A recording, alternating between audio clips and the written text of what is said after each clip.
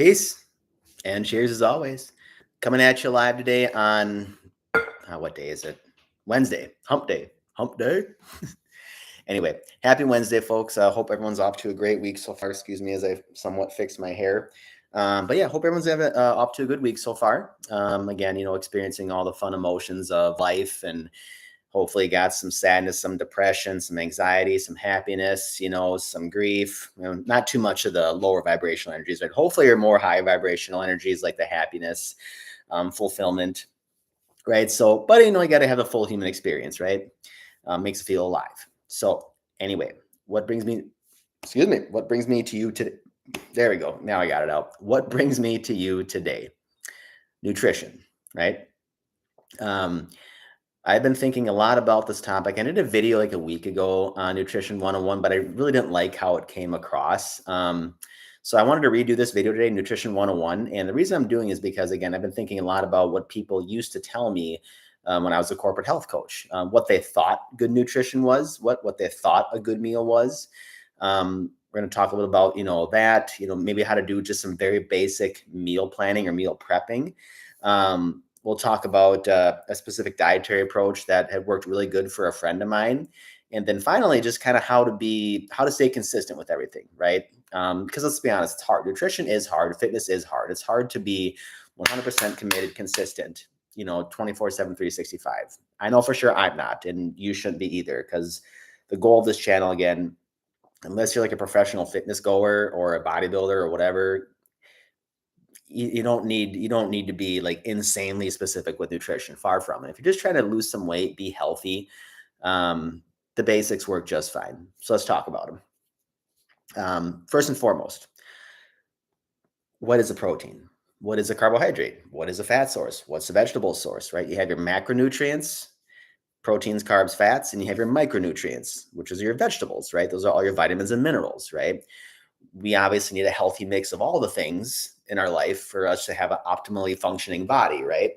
So if you're trying to build muscle, burn body fat, or again, just be healthy in general, you need to have a good mix of everything. We're not negating one specific source. And again, this is my philosophy of nutrition. I know obviously there's there's the ketogenic diet, right? There's a Mediterranean diet, there's a vegetarian, there's a lot of things you can follow out there that, if you're the keto diet, well, you're basically protein, fat, vegetable, and you're like, shit, carbs, nah, hell no. So again, there's no knocking on anything out there. It's just, this is what I've seen work really well for people who aren't trying to follow something super specific, who just want to live just a healthy life and kind of eat the foods they want to eat to a certain degree, right? So let's get back to the basics, right? So when I start with basics, let's start with just what is a protein, what is a carb, what is a fat, what is a vegetable, right? Macronutrients, micronutrients. So macronutrients, proteins, carbs, fats. What is a good protein source, right? A lot of people tell me just milk. Post-workout, sure, I could see that, right? But if you're doing things like skim milk, it's a good amount of sugar and carbohydrates in there. You're not getting a whole lot of protein. Whole milk is honestly a little better option, right? Because you're getting quite a bit more fat, quite a bit less carbohydrates, but quite a bit more protein. But what I want to talk about is really tried and true protein sources, right? And what are those? Okay, well, beef, right?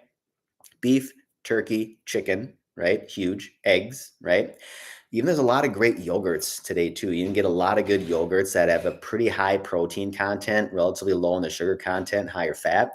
Obviously, we have things like, lobster, shrimp, salmon, tilapia, halibut, right? Mahi, another good fish that I always enjoyed.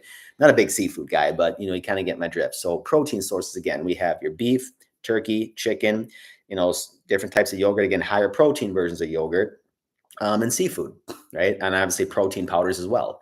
So you kind of have like those 5 or 6 good examples. If you're more the vegetarian side, lentils I know are pretty high in protein and fiber as well, and tofu. So those are all some examples, right? And there's a lot of good plant-based protein sources too, powdered protein sources. What about carbohydrates, right? Again, just some basic examples, right? So what are carbohydrates? Well, hopefully most of us know, but if you don't, right, we have obviously your white rice, brown rice, right? Have your red potatoes, sweet potatoes, right? blueberries, raspberries, apples, bananas, right? Pears, list all the fruit on there, right? A little more simple sugar on the fruit, right? Not as complex as things like potatoes are. Then obviously your cereal, right? Depends on the milk you get, but skim milk has way more carbohydrates than whole milk's going to have. Obviously, look at like if you're adding more flour to meals. So those types of things. Most of us kind of know what carbohydrates are. That doesn't take a lot to get that down. What about healthy fats, though, right? So healthy fats. Not talking about hydrogenated oil, right? Jiffy peanut butter. If you're getting that stuff right now, if that's what you have to get for you, it's better than nothing, right? But it's full of hydrogenated oil, which is really bad for cellular health. But good healthy fats, extra virgin olive oil, right? Really high in monounsaturated fat, very good for you. Coconut oil, right? So extra virgin olive oil, coconut oil, grass-fed butter. You have if you get fish oil capsules, great source of healthy fat. Omega-3 fatty acids, really good for cognitive function and body composition. Then you're going to have like avocados, another fantastic healthy fat source. Almond butter, natural peanut butter, cashew butter, right? And then again, whole milk it gives you kind of that good source of saturated fat, which we do need some saturated fat, right? Now, I'm not preaching that all your fat should be purely saturated, right? Because that, any way you look at it, that can lead to some kind of heart disease. So we want a mix of healthy fats, right? Saturated fat, monounsaturated fat, polyunsaturated fat. This is why we have a mix of food, right? You don't just have one singular fat source or one singular protein source, carb source, or vegetable. Speaking of vegetables, what are vegetables? Yes, I mean, potatoes, sure, we're talking about that. But we want to talk about more fibrous vegetables, right? We want to talk about vegetables that aren't going to, jack up your carbohydrate intake, right? And those are, you might have guessed it, kind of like your leafier greens. One thing I did take away from nutrition classes, my nutrition class in college was you want to eat like a rainbow when it comes to vegetables, right? So you want to have a mix of colors when you're getting vegetables, right? So if you all you have is, broccoli, kale, spinach, well, they're all green, right? Get some cauliflower in there, right? Go get some carrots in there, right? Get a variety of colors is what I'm trying to get at, right? So you want a variety of colors with your vegetables as best you can, because you might get a lot of calcium from, maybe spinach or broccoli, but you're not going to get the same micronutrients that you would get like in carrots, right? Get some carotene. So when you're trying to buy vegetables, again, you want to try to, as best you can, get a colorful mix of vegetables you incorporate into your nutrition. So those are all just examples of good sources of protein, carbohydrates, fats, and vegetables, right? So what I did, I'm a pretty simple creature when it comes to my nutrition. I keep things pretty consistent every single day, and I have for a long time. Now I do rotate, proteins, fats, carbohydrates. I do rotate those around. I don't eat the same thing every single day. But more often than not, I do. But I keep the same broad principles every single day, which is what we're going to get into next year, is the broad principles along with the meal planning and kind of some specialty nutrition here and consistency, right? Don't forget about that one. So now that we've talked about what just a protein, carb, fat, vegetables are, right?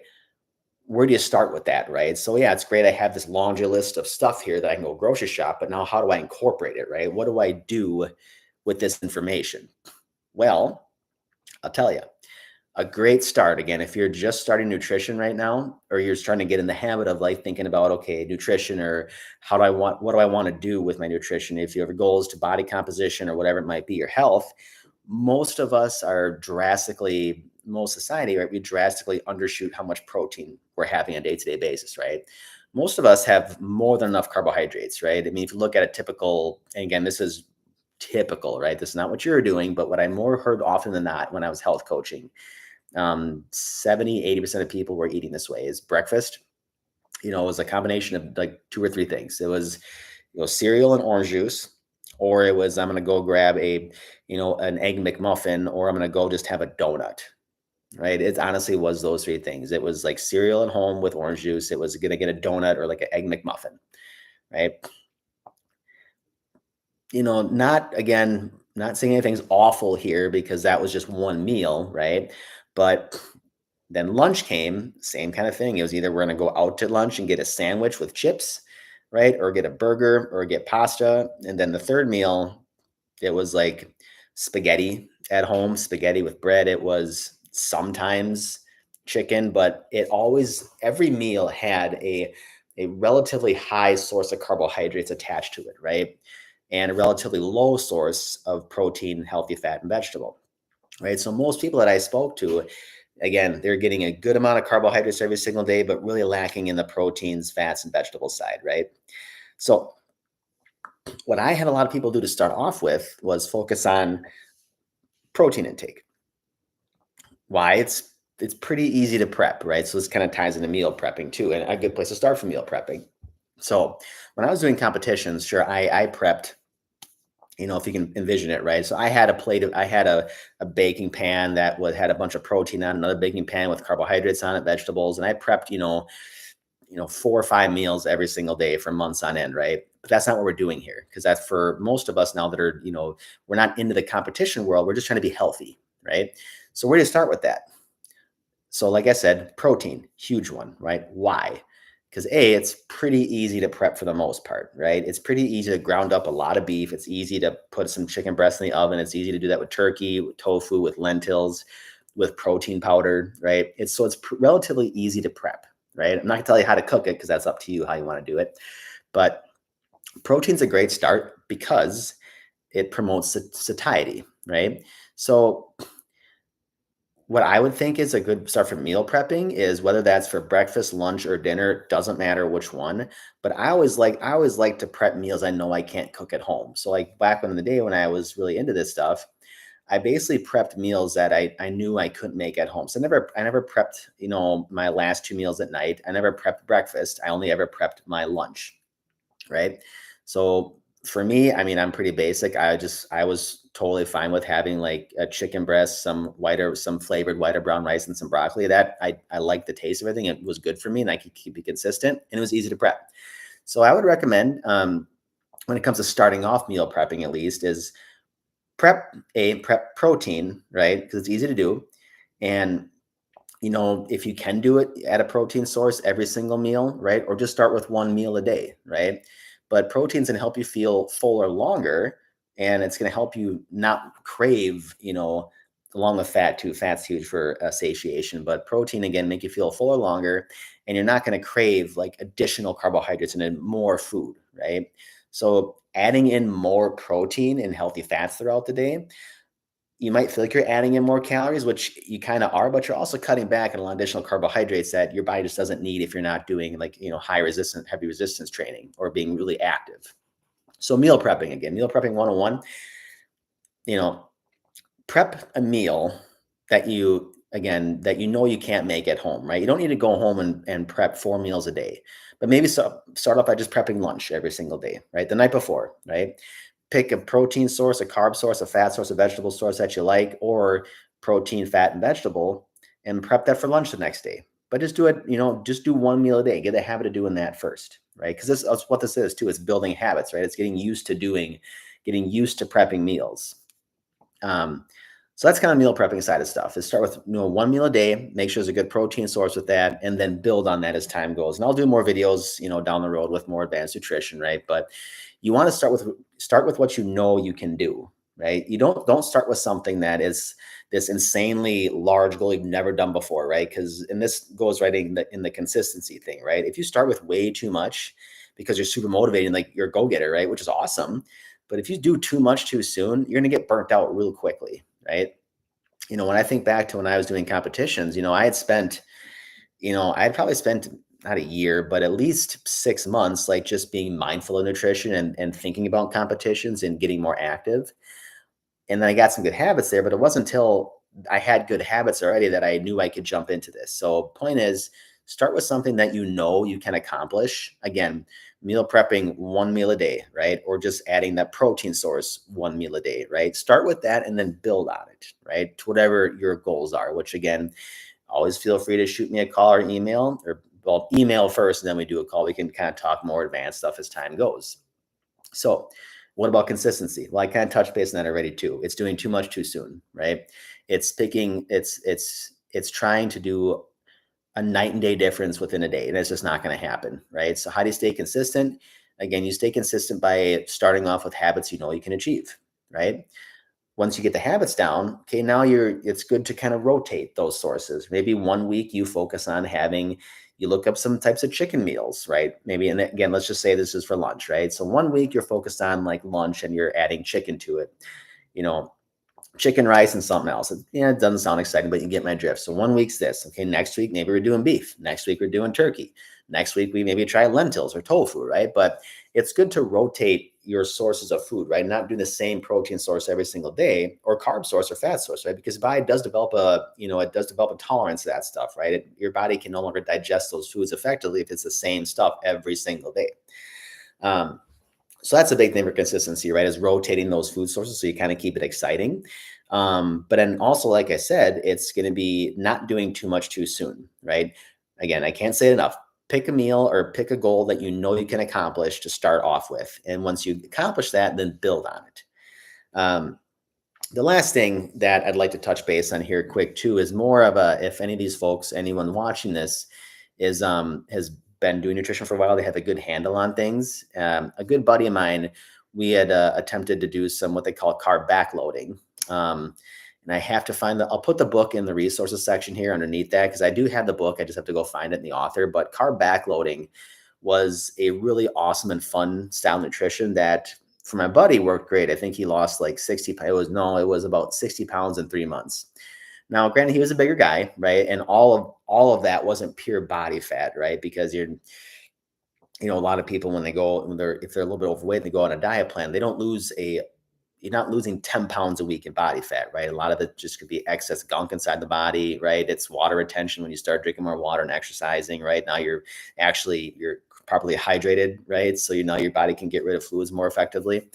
But anyways, he lost 60 pounds in 3 months, which is pretty awesome. He looked a night and day difference, and we did what was called carb backloading. There's a bunch of ways. I know there's not just one method of doing it, but the method that we did that worked really, really well, that was also pretty easy to follow, was 6 days a week. We basically were really high fat. So it's like keto diet 6 days a week, right? We were super high fat, moderate protein, barely any carbohydrates. The only carbohydrates that we had were basically from vegetables, right? You might have like a half cup of rice in there in your workout days, but other than that, it's pretty much fat, protein, vegetables, Monday through Saturday. Sunday hit. Now we took our caloric intake and we doubled or tripled it on Sundays, all from carbohydrates. Is that healthy, Marcus? Well, long term, not so much. But again, I know a lot of people like to see some pretty quick results here. And it does set you up for some good healthy habits. But why that works is what you're doing is you're kind of priming your body for that 1 day a week, right? You get that large spike in insulin, right? Insulin is a very anabolic hormone. It's like testosterone for males, right? But it promotes muscle building, and it's either going to tell you to burn fat or to store fat. There's other hormones too that do that, like leptin is another good example. We're not talking about that right now, but we're those 6 days a week, we're sensitizing insulin levels, right? Because when you cut back on the carbohydrates, increase protein, fat, vegetable, and you're active and exercising and still doing healthy things, right? You're priming your body to when you do take carbohydrates and your insulin can more effectively handle them, right? So when you get that super large spike in insulin on once a week, and again, this is something we'd have to talk about more in depth together to understand how to do the process, because there's a method of the madness. I can't tell you that over here because it's too much to talk about. But that 1 day a week where you just drastically spike your insulin. And when I mean spike it, right? Because this last day you're having carbohydrates from like donuts, ice cream, cereal. You're not having like really healthy sources of carbohydrates here. They're the opposite of healthy. But we're doing that because we need to have a lot of carbs that day. When you get that large spike in insulin, right? Conversely, also helps you burn a lot of excess body fat, right? Because now we're refilling those glycogen stores every Sunday with a lot of carbohydrates, and now give you some good amount of energy for the next couple of days to use for strength training. And we do that once a week, right? So 5 or 6 days of super high fat, protein, vegetables. 7th day, you're having a lot of the excess carbohydrates. And that method of madness, again, the idea is to help make your insulin really sensitive to carbohydrates so you can uptake them effectively. And let's be honest, that 7th day a week too is also for your own just mental sanity, right? It's like a little reward. But yeah, doing that method of madness, he lost 60 pounds in about 3 months. Worked really well. Again, it's called carb backloading. And if anyone wants to talk more about it in depth, we definitely can. Again, give you more specific because that is pretty specific. It is based upon your current body fat percentage, your current weight, your activity levels. So we have to kind of do some calculations to figure out what your ideal thing would be. So anyway, what we talked about today, we talked about types of proteins, carbs, fats, vegetables. We had talked about some basic meal prepping stuff. Again, prepping meals that you know you can't make at home on a daily basis, and again, focusing on getting the protein intake up on a meal by meal or not meal by meal, but on a daily basis with that one meal you're prepping per day. Then going into doing a protein source every single meal to help promote satiety or get you more satiated, so you don't craving as many carbohydrates. Consistency, right? We talked about kind of rotating food sources, right? Not do the same thing every single day because that gets boring. And again, also, when consistency, right? You're picking something you know you can accomplish every single day, right? You're picking something that you know you can do on a day-to-day basis. Lastly, we kind of got into that little more advanced style nutrition with the carb backloading, 6 days, high fat, protein, and vegetables. 7th day is where you kind of just let yourself go with carbohydrates, and all that's to help, improve insulin sensitivity and leptin levels. So 4 different topics today. No, it's kind of a lot, but again, just want to really brush on the surface here with nutrition. We'll get more in depth as time goes.